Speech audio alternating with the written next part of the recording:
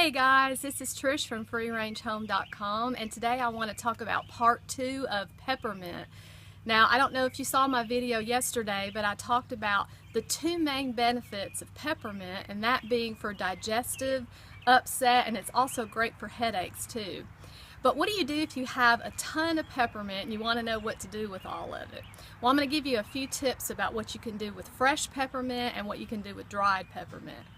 So one of the things that you can do, of course, is to use peppermint fresh. It's really good to just chop it up and put it in a salad.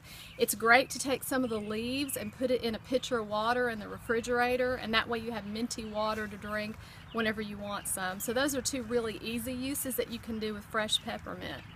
You can also dry peppermint to use it at a later date. You can either use dried peppermint to make a tea with, or you can use it to tincture later on.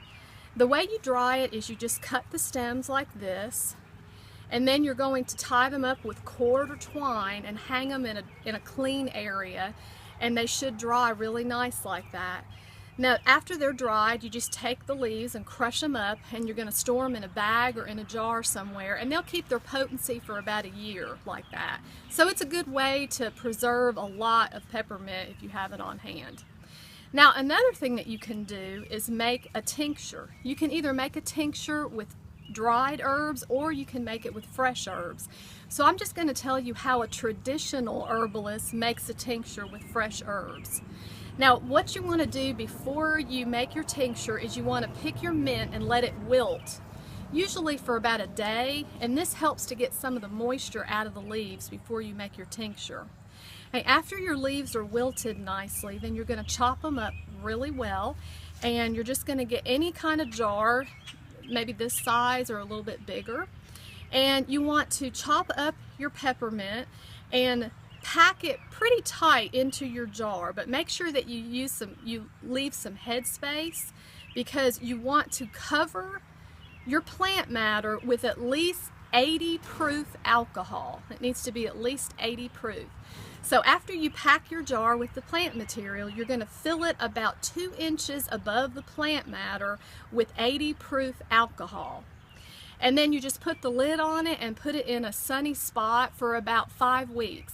Now, when you think about it, you might want to just give it a little shake every now and then. That helps to get the solvent through the plant matter really good.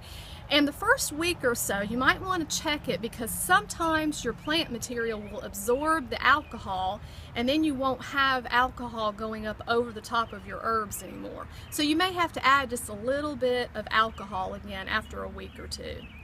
Now, after about 5 weeks, when you're done with making your tincture, you're going to get a strainer and drain off the alcohol, and then you can pitch your plant matter into your compost heap. And then you want to get some sort of an amber bottle, and that helps to keep the sunlight out of the bottle. And you're just going to pour your tincture into your bottle, and make sure you label it with the date and what's in the bottle. Now, this will keep indefinitely. If you make it with alcohol, it'll keep for years.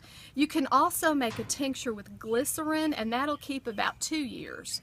And this is a really good way to preserve your peppermint, and then you can put a few drops of this in your water whenever you have some stomach upset, and you'll have your peppermint available to you for years to come.